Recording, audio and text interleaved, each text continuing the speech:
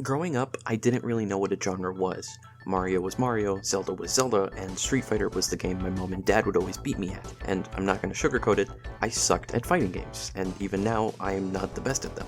I wanted to bring up Street Fighter II because aside from Mario and Zelda, my alternatives were Street Fighter II, wrestling games I found boring, or a bootleg NES console that my dad got my mom as an anniversary gift, which she ended up giving to my uncle, which he then ended up selling, but that's rambling, enough rambling. Today, I want to talk about Street Fighter II, my first fighting game.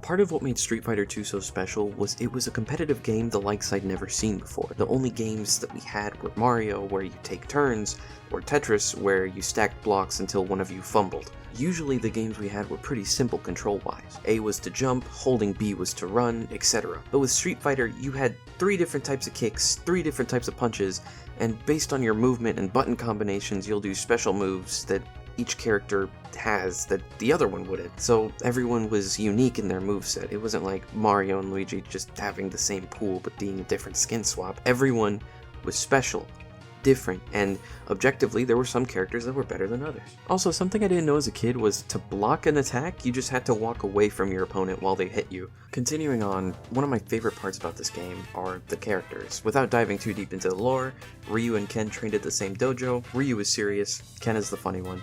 E. Honda is a sumo wrestler. Chun-Li is a member of the International Crime Police Organization in China, and she's also Cypher PK's favorite. Blanka is a pretty wild guy who can generate electricity. Outside of his appearance, he's actually a pretty chill dude. Zangief is a pro wrestler from Russia, considered a hero by many, and Dalsum is just as chill as Blanka, but he has like the gum fruit powers. Those were all the characters in my version of Street Fighter II, the World Warrior. In the next version, Champion Edition, the 4 bosses in the single-player campaign become playable. Balrog the Boxer, Vega an Assassin, Sagat a Muay Thai Master, and also the final boss of Street Fighter I, and finally M. Bison, the main antagonist of many Street Fighter games later on in the series. He's also the leader of a secret country or military thingy called Shadowloo, and most importantly, organizer of the Street Fighter tournaments. Later versions added iconic characters like Cammy, Akuma, and at some point, evil Ryu and Ken. Street Fighter II, and Street Fighter as a whole, isn't story heavy, in the earlier entries at least. It's just enter the tournament and beat the bad guy, get the special ending for each individual character.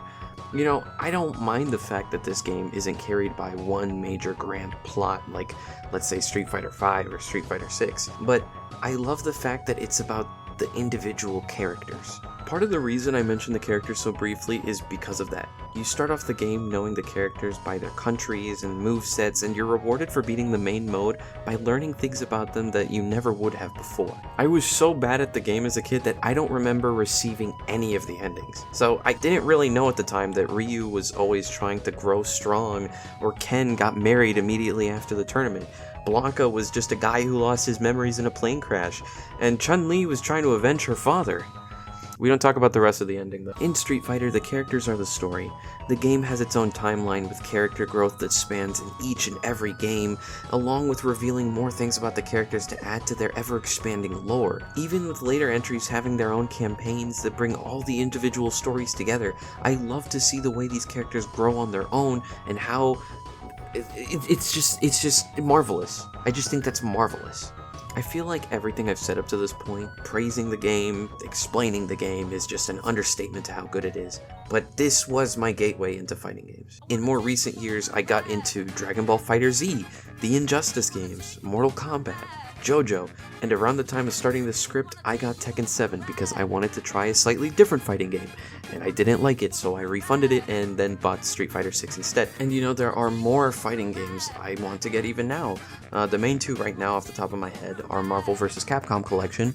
It was announced around the same time I started writing the script, and it was technically my second ever fighting game.